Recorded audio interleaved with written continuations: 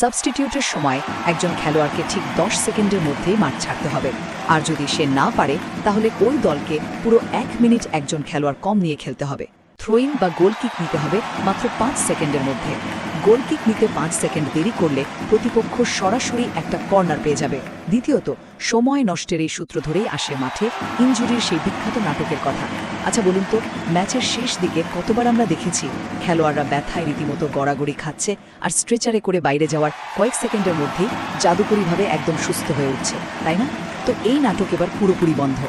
এখন থেকে কেউ মাঠে মেডিকেল ট্রিটমেন্ট নিলে তাকে অন্তত 1 মিনিট মাঠের বাইরে থাকতেই হবে, যদি না অবশ্য ফাউলটা কার্ড পাওয়ার মতো সিরিয়াস কিছু হয়। অবশেষে রেফারির কড়াকড়ি আর কার্ড রিসেটের বিষয়টা। এখন থেকে মাঠে শুধুমাত্র দলের ক্যাপ্টেনই রেফারির সাথে কথা বলতে পারবেন।